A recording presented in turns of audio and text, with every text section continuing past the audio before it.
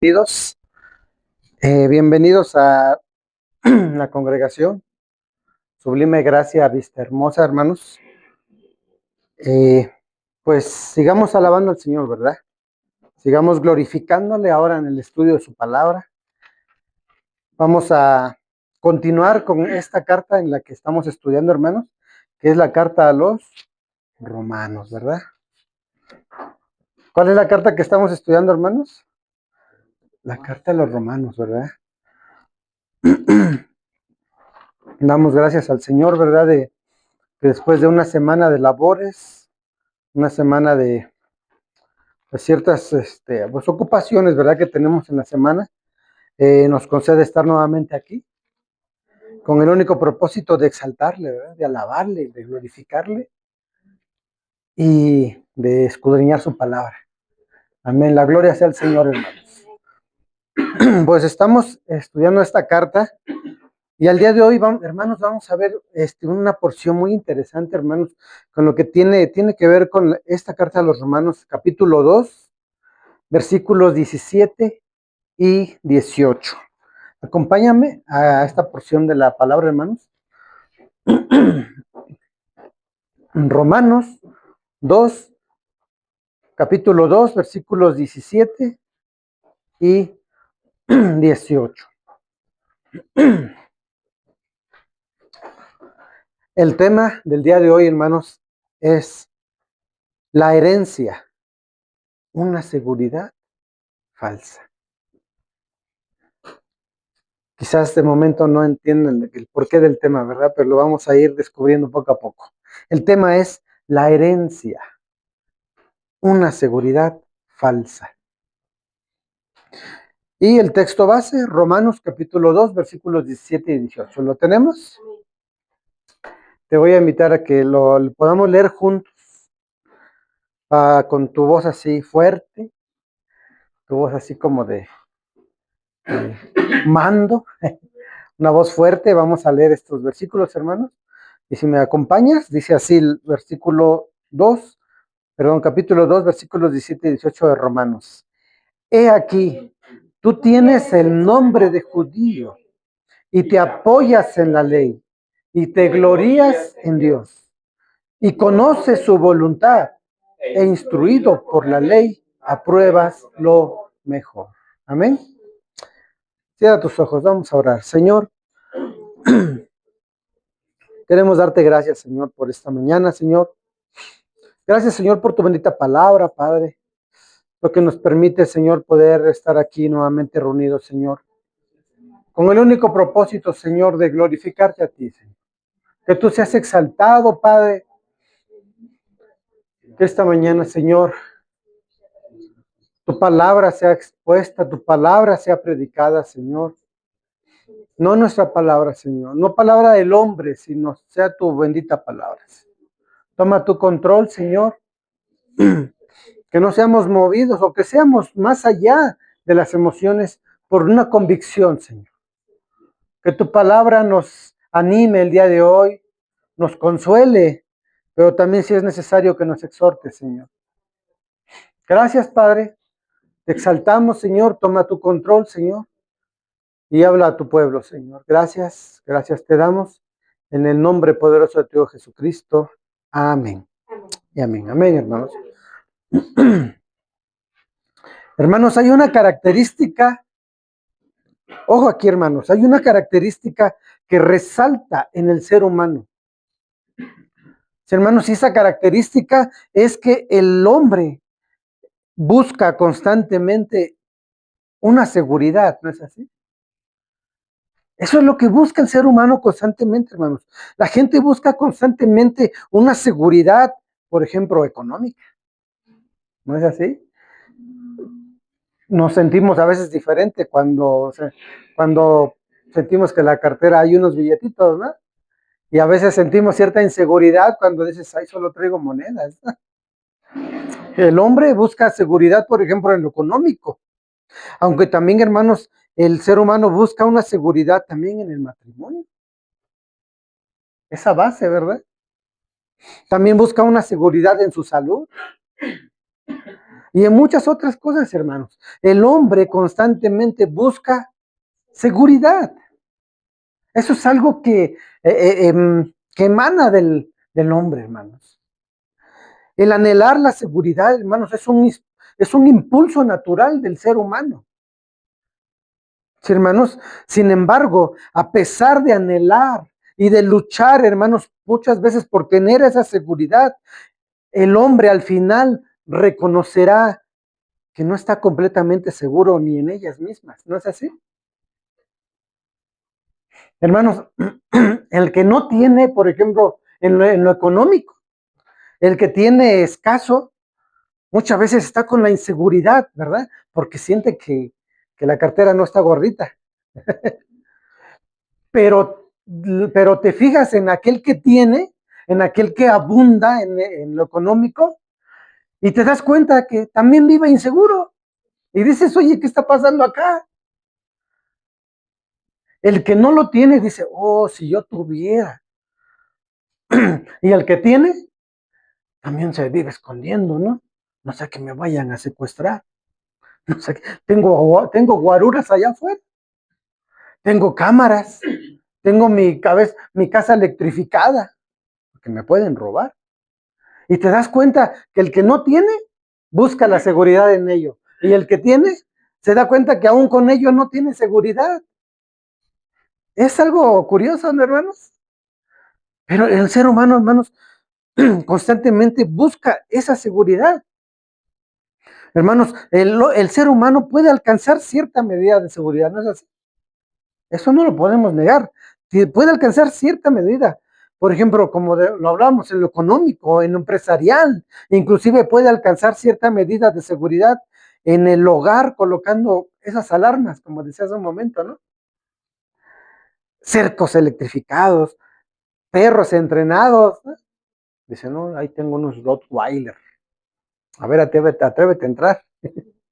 Los tengo entrenados. Sí, inclusive si está al alcance de su economía, a veces con una cierta fuerza como militar, ¿no? Es decir, tiene a gente ahí entrenada, gente equipada para salvaguardar su integridad. Sin embargo, hermanos, la historia y la experiencia ha probado que tales cosas no pueden garantizar una seguridad total o una seguridad absoluta. Allá en Tehuacán, hermanos, hay una zona hay una zona por ahí por la 4 Norte que vive un empresario famoso. No vamos a decir su nombre, pero siempre que pasas, mínimo tiene 12 guaruras afuera de su casa y camionetas blindadas. Hasta da miedo pasar porque cuando pasa uno ya te ven sospechoso. Se paran y luego como diciéndote, ¿qué haces por acá? ¿Qué quieres? Y dices, es un hombre riquísimo, es un hombre con muchísimo dinero y no vive con paz. ¿Se imaginan? Él que tiene una billetera gorda y ha de salir de su casa y córrele a tu auto y súbete rápido y los guaruras ahí cuidando. Hermanos, la experiencia como la historia prueba que al final todas estas cosas no dan una seguridad absoluta, ¿no es así? Hermanos, cuando la mayoría de la gente se toma la molestia de pensar en qué pasa, aún en esto, hermanos, en qué pasa después de cuando alguien parte de este mundo, hermanos, después de la muerte. Muchos tratan de afianzar su confianza en algún tipo de seguridad eterna. Aún en esto, hermanos, si no creen en el cielo ni en el infierno, entonces muchos guardan su esperanza en que después de la muerte llega el fin de su existencia ya. Pero todos, hermanos, todo ser humano de alguna u otra manera trata de afianzarse en algo, tener seguridad en algo. Aún el ateo, ¿no? Ah, yo no creo en Dios, no creo en el cielo ni en el infierno. Yo creo que cuando muera simplemente dejaré de existir. En eso basa su seguridad. El ser humano hasta en eso, hermanos, quiere afianzarse, hermanos. Pablo nos menciona de una manera clara, hermanos, que sin importar si el ser humano entiende o no, admite, hermanos, aún el pagano muchas veces, ¿no? Admite que algo cerca de las cosas invisibles de Dios. Admite que hay algo, hermanos, y de su eterno poder y deidad. Hermanos, esta carta a los romanos nos dice que nadie tendrá excusa. Nadie tendrá excusa. Aun cuando el hombre no quiere nada de Dios, quiere afianzarse en su propio razonamiento. Por ejemplo, el testigo de Jehová, que no cree en el infierno. Dice, no, no hay infierno, no existe un lugar de tormento. Entonces, ¿qué crees que va a pasar después de tu muerte? Simplemente seremos aniquilados. No, ya no existiremos ya. Quiere afianzarse, quiere tener seguridad en algo.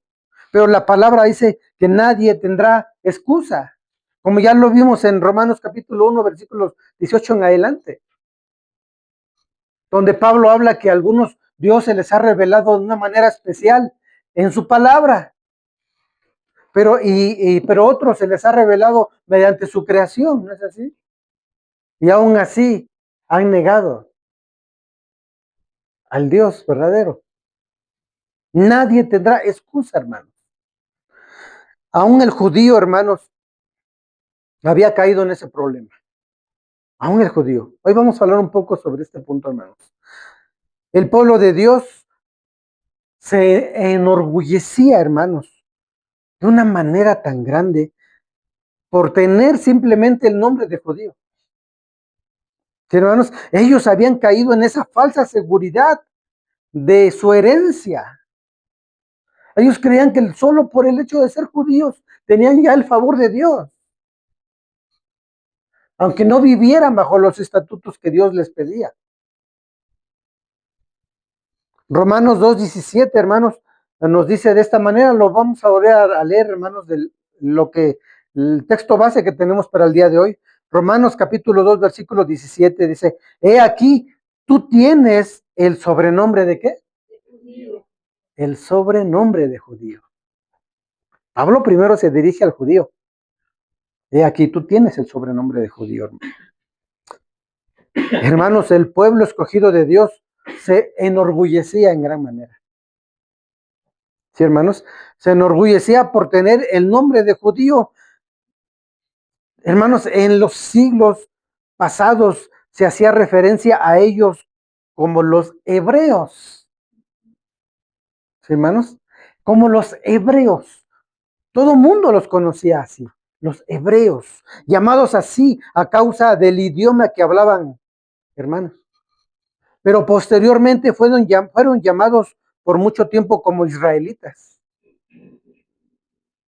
Hermanos, en honor a la tierra que Dios les había prometido.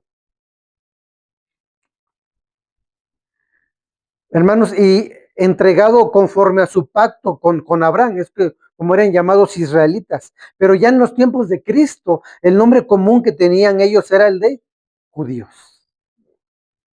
Recordemos, muchísimo tiempo atrás eran llamados los hebreos. Después los israelitas. En los tiempos de Cristo, el pueblo judío.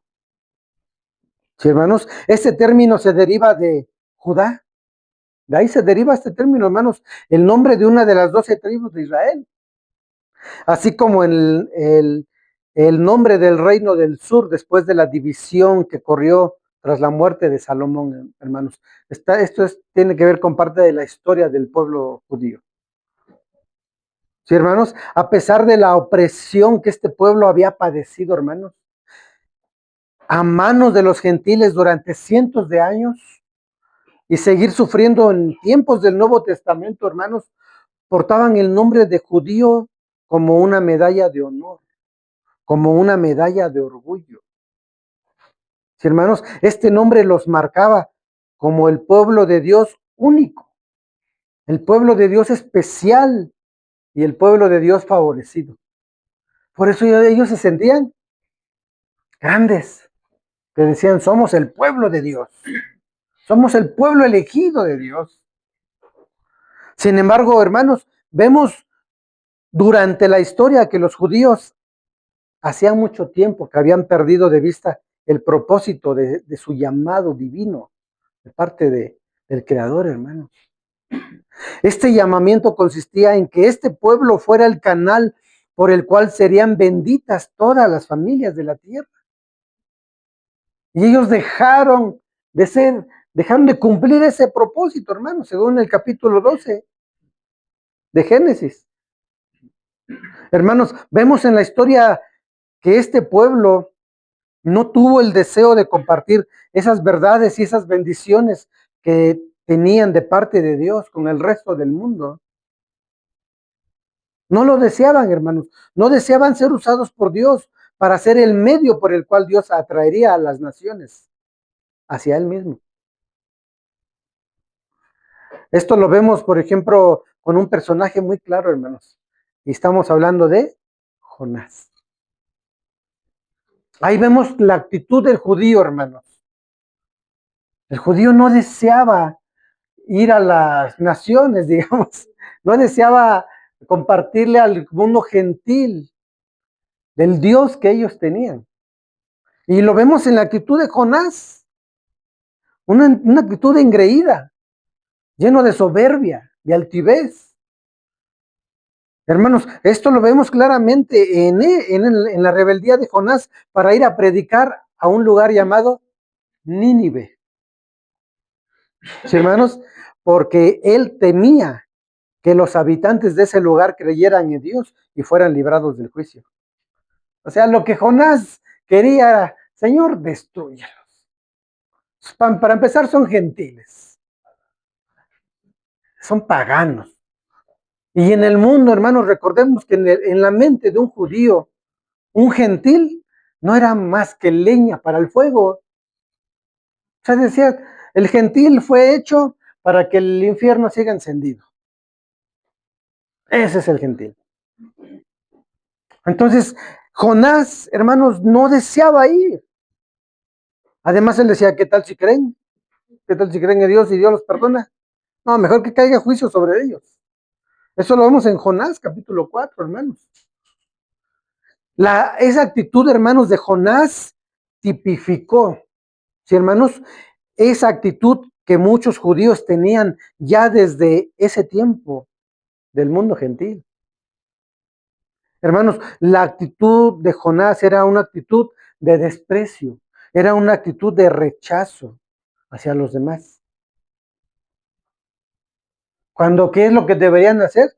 Compartirles a los demás del Dios verdadero, del Creador. No, pues la actitud de Jonás mostraba ese sentir que tenía el pueblo, hermanos. En vez de ver las bendiciones de Dios como un acto de gracia, hermanos, ellos lo vieron como un derecho por sus propios méritos. Sí, hermanos, ellos llegaron a caer en esa falsa seguridad de la herencia. Ahora lo vamos a entender por qué, hermanos. Porque ellos tenían esa falsa seguridad en la herencia. Porque creían que habían sido bendecidos especialmente, no a causa de la gracia de Dios, sino debido a su propia bondad, a que ellos se sentían superiores y eso los hacía sentirse orgullosos. Orgullosos, hermanos. Ellos creían que el solo por el hecho de ser del linaje de Abraham, ya tenían el favor de Dios. Y eso los enorgullecía. Y tenían una actitud de superioridad ante los demás. Sí, hermanos, en vez de tener un corazón sencillo, en vez de tener un corazón humilde ante Dios, hermanos, y glorificarle por su gracia, ellos se jactaban por su propia grandeza. Y el día de hoy no ha cambiado, hermanos. Tú trata con un judío y vas a ver que su actitud es muy semejante. Es muy semejante. Dice, yo soy pueblo de Dios. Y te ve como leña para el fuego. Siguen viendo al gentil como esa leña para el infierno. Sí, hermanos, En varias ocasiones ciertos profetas, hermanos, advirtieron en repetidas ocasiones al pueblo judío en contra de su jactancia, en contra de su actitud arrogante, hermanos, en su herencia como el pueblo escogido de Dios. Ellos se sentían herederos de la promesa de Dios, de esa promesa que Dios había dado a Abraham, hermanos. Creían que automáticamente estaban protegidos de todo juicio. Ellos decían, sobre nosotros no caerá juicio, somos linaje de Abraham. Más adelante veremos que inclusive quisieron, digamos, exhortar a Cristo. Sí, hermanos, en cierta ocasión Cristo estaba enseñando a los judíos que habían creído en Él. Y Cristo dijo estas palabras que están registradas ahí en Juan, capítulo 8, versículo 31. Acompáñame, vamos a leer esta porción. Vamos al Evangelio de Juan, hermanos. Vamos a ver este diálogo que tenía Cristo con ciertos judíos ahí. Vamos al Evangelio de Juan, capítulo 8, versículo 31 y 32. Recuerda tener un apartado ahí en Romanos para que regresemos a la carta de los Romanos. 8, capítulo 8 del Evangelio de Juan, versículos 31 y 32. Amén. Dice la palabra así. Dijo entonces Jesús a los judíos que habían creído en él: si vosotros permaneciereis en mi palabra, seréis verdaderamente, ¿qué? Mis discípulos. 32. Y conoceréis la verdad, y la verdad os hará libres. Hermanos, Cristo estaba dirigiéndose hacia ciertos judíos en este punto, hermano. Cuando algunos de estos líderes judíos, hermanos, escucharon estas palabras, ¿saben qué pasó en la mente de ellos? Se ofendieron. Se ofendieron. Y de tal manera, hermanos, se ofendieron que contestaron a Cristo con estas palabras y les dijeron a Cristo, le dijeron, linaje de Abraham somos. Hey, ¿qué te pasa? Linaje de Abraham somos. Y jamás hemos sido esclavos de nadie. ¿Cómo dices tú, seremos libres? Ellos ya se estaban jactando de su seguridad en la herencia. Si nosotros venimos de Abraham, no somos esclavos de nadie. ¿Por qué nos dice seréis verdaderamente libres? No estaban comprendiendo lo que Cristo les estaba diciendo en ese momento, hermano. Había jactancia en ellos, había orgullo. Hermanos, la confusión de aquellos líderes religiosos era en el sentido espiritual, no físico, hermanos. Ellos creían que al ser descendientes físicos de Abraham, los hacía automáticamente hijos espirituales. Pero no eran lo físico. Vemos ahí instantes después, hermanos, que Cristo les vuelve a decir estas palabras. Si fuereis hijos de Abraham, las obras de Abraham harían, ¿no? Ese lo menciona más adelante. Pero ahora procuráis, ¿qué? Procuran matarme a mí. Dice, hombres, que os he hablado la verdad. Vosotros hacéis las obras de vuestro padre, el diablo. El Señor le estaba diciendo al judío, el padre de ustedes es el diablo. Porque si de veras fueran hijos de Abraham, las obras él harían. En otras palabras, hermanos, el Señor les estaba diciendo claramente que esa seguridad en la herencia era falsa, que la que ellos tenían. Era falsa, hermanos. Así como el judío cayó en esa falsa seguridad de la herencia, hermanos, el día de hoy muchos podemos estar en una situación similar. Ahora venimos acá, hermanos. Venimos a la iglesia. Caemos en este punto, hermanos. Tú y yo podemos estar sin darnos cuenta, hermanos, en una situación similar como el judío. Sí, hermanos, algunos creen que por el hecho de haber nacido de una familia cristiana, por ejemplo, los hace automáticamente cristianos, ¿no? O hijos de Dios. Muchos dicen, es que mis hijos ya nacieron en una familia cristiana y ahora son cristianos. Ten cuidado en esa falsa seguridad. Ellos, tarde o temprano, por sí solos tienen que venir a Cristo en arrepentimiento y fe. A ellos les tocará. No por el hecho de que, decía por ahí un pastor, ¿no? No por el hecho de que hayas nacido en una cochera, te va a convertir en auto, ¿no?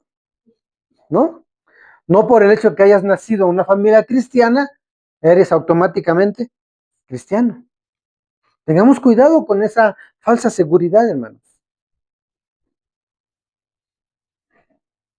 También, hermanos, muchos cristianos creen que solo por el hecho de venir con sus padres a la iglesia, por ejemplo, o con sus familiares, de venir a la iglesia, hermanos, los hace cristianos, cuando son ellos los que de manera individual tendrán que, repito, venir a Cristo en arrepentimiento y fe. ¿Sí, hermanos? Tengamos cuidado con esa falsa seguridad. El judío ha caído en esa, digamos, trampa, ¿no? Y se sienten seguros, se sienten afianzados ahí, pero Cristo les dice, hey, ten cuidado, porque no es por tu herencia física, no es porque vengas de Abraham, o linaje de Abraham, en lo sanguíneo, es espiritual, es espiritual. ¿Sí, hermanos? El Romanos 18, vamos ahora al versículo 18. Romanos capítulo 2, versículo 18. Dice la palabra así. Y conoces su voluntad, e instruido por la ley, apruebas que lo mejor. Hermanos, la segunda seguridad falsa que Pablo nos menciona aquí es en cuanto al conocimiento de la ley. ¿Sí, hermanos? En cuanto al conocimiento. Si tomamos este versículo 18, hermanos, y lo aislamos de sus contextos, estas palabras sonarían como una felicitación, ¿sí? Sonarían como algo bonito. Hey, y tú conoces su voluntad, e instruido apruebas lo que es mejor. Si lo aislamos, dices, pues aquí los está felicitando, como una virtud de ellos, ¿no? Pero cuando vemos el contexto, los está exhortando,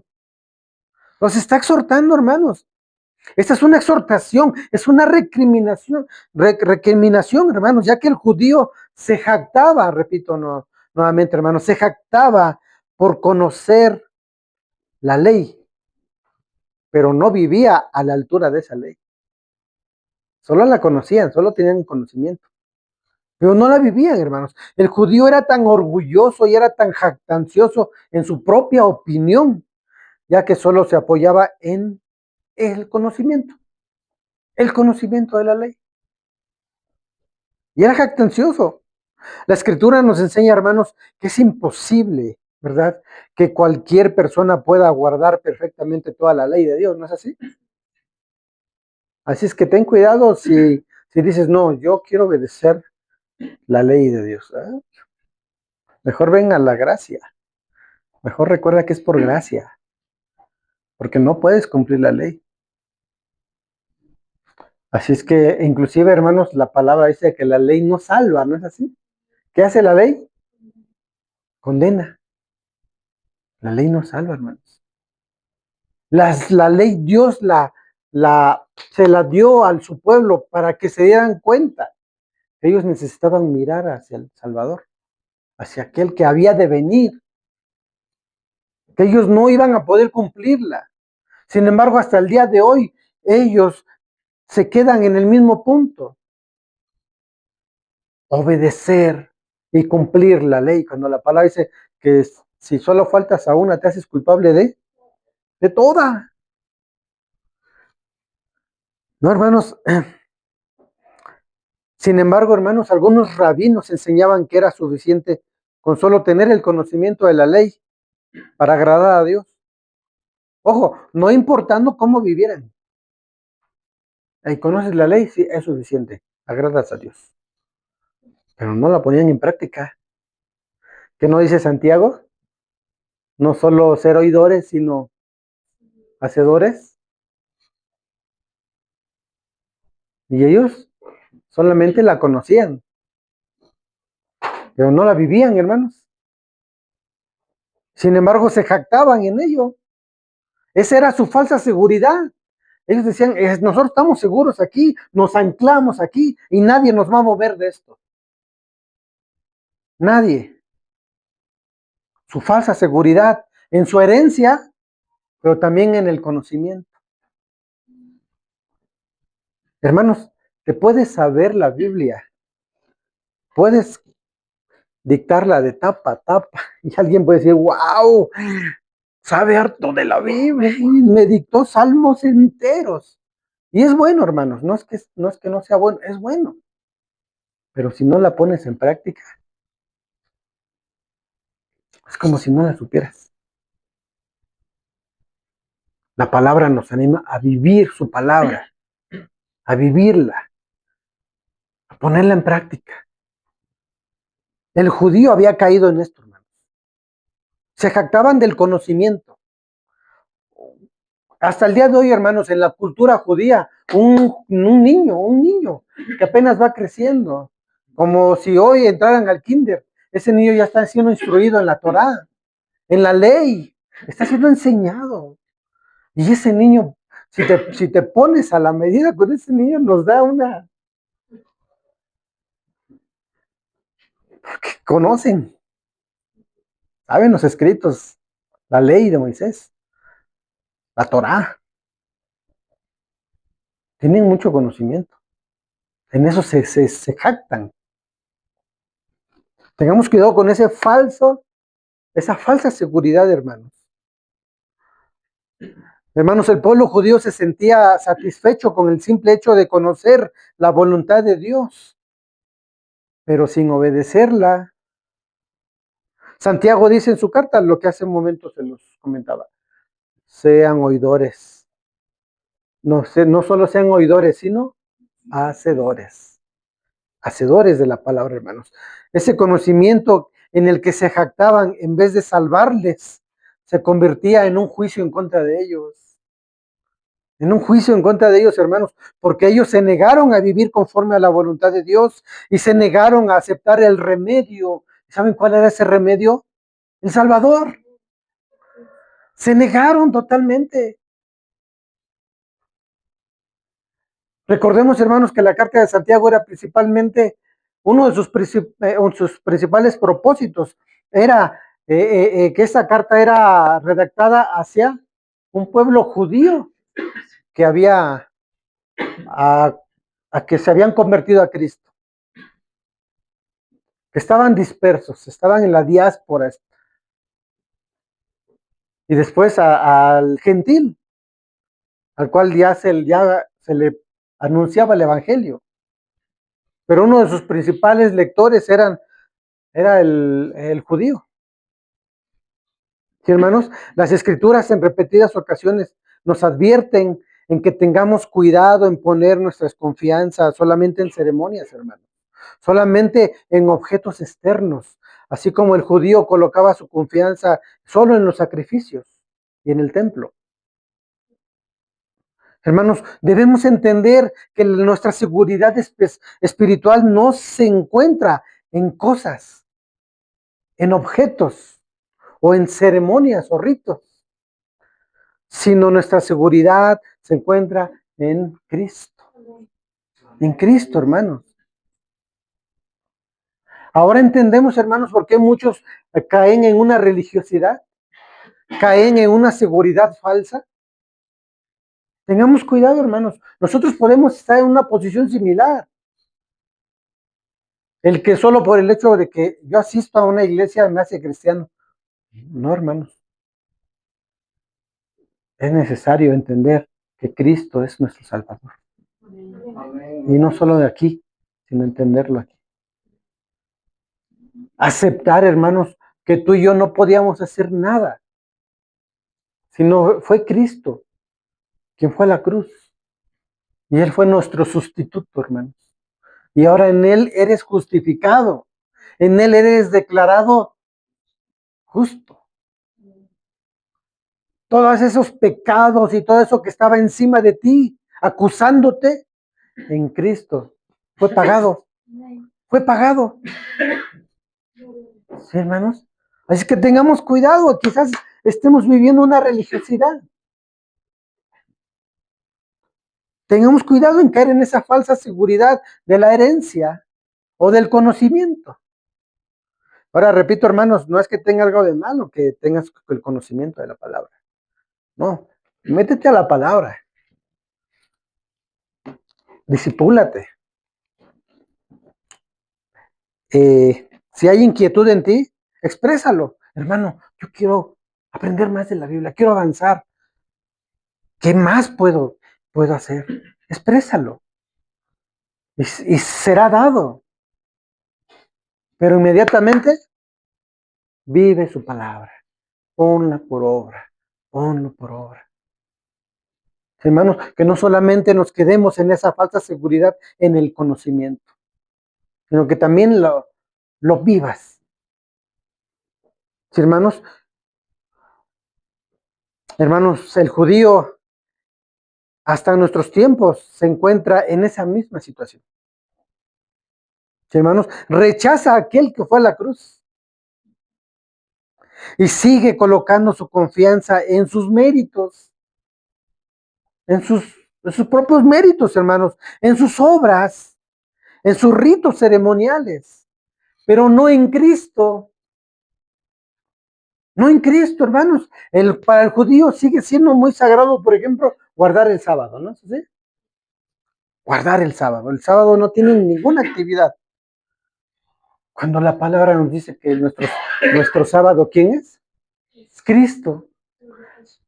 Él es nuestro reposo. Ahora en Él descansamos todos los días, hermanos. Él es nuestro descanso. Él es nuestro Salvador. Así es que si el judío te acusa y te dice, no, tú eres un hereje porque el sábado no lo guardas. El sábado no lo guardas para el Señor. Yo lo guardo todos los días. Porque mi sábado es Cristo. Además, yo te gano, no solamente el sábado, sino el lunes, el martes, el miércoles, jueves y viernes. Y el domingo más, te gané. Hermanos, es Cristo. Ya no son los ritos, ya no son las fiestas ceremoniales. Todo se cumplió en nuestro Salvador. Así es que, hermanos, si nos damos cuenta que aún el día de hoy muchos caen en eso, en esa falsa seguridad. El adventista cayó en guardar el sábado. Y llegar y ponerlo como, si no lo guardas, se duda que eres hijo de Dios, como un requisito. El judío, ni se diga, está en eso. Tengamos cuidado, hermanos, de caer en esas falsas seguridades, hermanos. El judío cayó en eso, en sus ritos ceremoniales, en sus obras, en sus méritos, pero no en Cristo. Se jactaban y se jactan, hermanos, de conocer perfectamente la ley, cuando la Escritura nos dice claramente que la ley no salva, como decíamos hace un momento. La ley no nos salva, hermanos. La ley condena. Es decir, la ley fue dada para que tú te dieras cuenta y para que yo me diera, hermanos, cuenta que necesitábamos que alguien pagara por nuestros delitos y nuestros pecados. Y ese fue Cristo. Amén. Gloria damos a Dios, hermano, por Cristo. Porque Él fue a la cruz y Él derramó su sangre y pagó por nuestros delitos y pecados, hermano. Tú y yo jamás hubiésemos podido hacer nada, ni aún queriéndonos esforzar por cumplir la ley. La ley te condenará. Es Cristo el Salvador. Amén. Él es, hermanos. Así es que ten cuidado de vivir una vida religiosa. Tengamos cuidado de vivir una vida religiosa, de creer que solo por el hecho de cumplir con ritos, hermanos, con ritos ceremoniales, obtendremos la salvación o por nuestros méritos. No, hermanos. no hay mérito. Mira a Cristo, no apartes tu mirada de Cristo. Hermanos, no en los ritos, no en las ceremonias. Mira a Cristo, hermanos. Y reconoce que la salvación solo fue por gracia. Es decir, no la merecíamos, hermanos. No la merecíamos. ¿Qué es la gracia? Es un regalo inmerecido. No lo merecíamos. Es como hace unas semanas, meses, ponía el ejemplo, ¿no? Es como cuando el hijo, y nosotros somos hijos, ¿no? Y pasaba conmigo, hermanos. Yo era tremendo, hermanos, ¿eh? Ya ustedes ya lo saben. A veces, yo ahora veo a mi padre con canas y digo, yo le saqué todas esas canas a mi papá. Mi papá decía, ay, Luis, otra vez. ¿Quién? Ay, yo sabía que él. Sin embargo, hermanos, cuando era el día de mi cumpleaños, había un pastelito en la mesa. Chiquito. No, no había para. Un chiquito ahí, pero había un pastel. Y eso me hacía reflexionar, hermanos. Y decía yo, soy tan mal hijo, soy desobediente y rebelde. Y sin embargo, el día de mi cumpleaños, mi papá me daba un abrazo. Me decía, feliz cumpleaños, dijo, te queremos. Yo decía, esa es la gracia, cuando no lo merecemos. Pero mi papá decía, eres mi hijo. El Señor nos da la salvación, porque Él sabía que somos de Él, sin que lo mereciéramos, porque no lo merecíamos. Después de una vida de pecado, rebeldía ante Dios, el Señor nos abre sus brazos y nos da la salvación por gracia. Eso es gracia, hermanos. Y cuando lo entiendes, alabas al Señor. No alabas y dices, gracias Dios, gracias Señor, porque yo lo único que me merecía era la condenación, era el infierno. Me has salvado, Señor, por tu gracia soberana. Y ahí es cuando alabamos a Dios, hermano. Hermanos, la pregunta es, y voy a hablar con términos un poco teológicos. Sabemos que hay otros que nos escuchan en las redes sociales, ¿no? Pero la pregunta es, hermanos, ¿tu ortodoxia va de acuerdo a tu ortopraxis? Es decir, en otras palabras, hermanos, el conocimiento que tienes o que has adquirido de la palabra de Dios va en armonía con la manera en la que vives. ¿Armoniza? Hay muchos que dicen, no, yo conozco mucho en la palabra. Sí, pero con la manera en la que te comportas dejas mucho que desear. No, hermanos, que lo que conocemos de la palabra de Dios vaya pegado con lo que vivimos cada día, día a día. Trata a los demás con misericordia.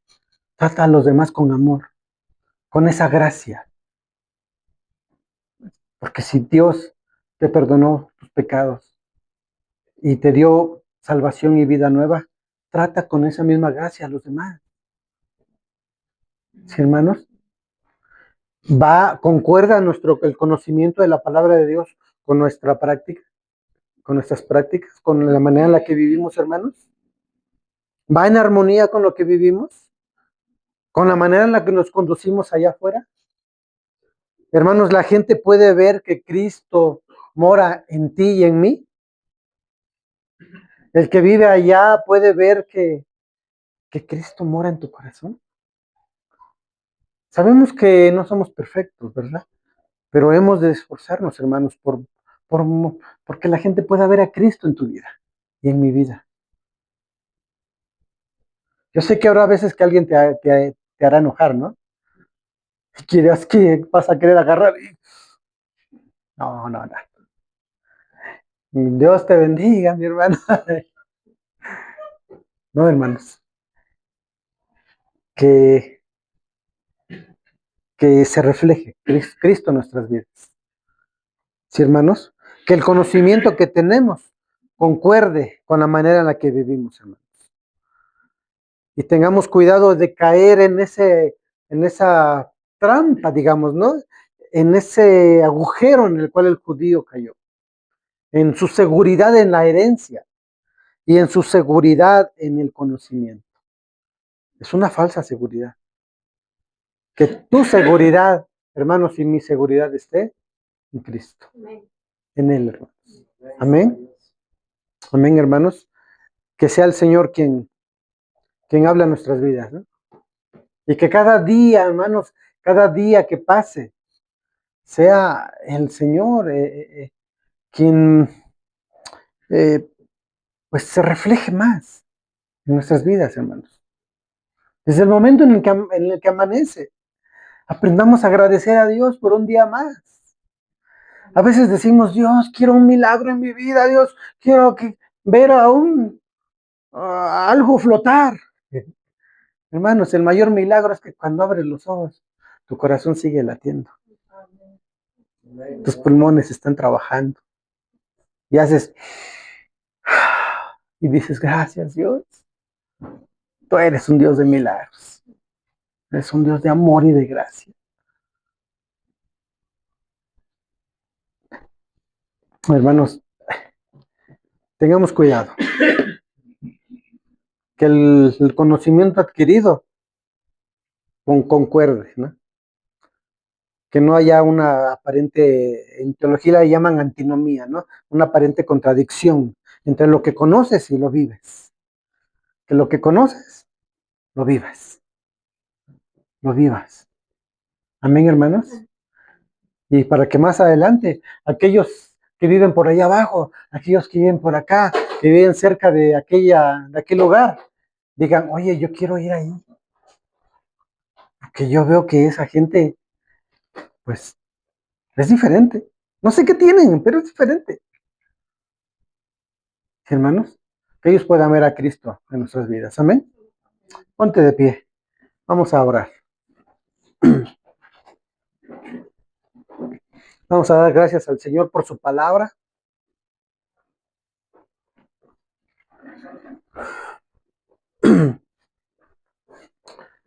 Cierra tus ojos un momento y vamos a dar gracias al Señor. Señor, queremos agradecerte, Padre.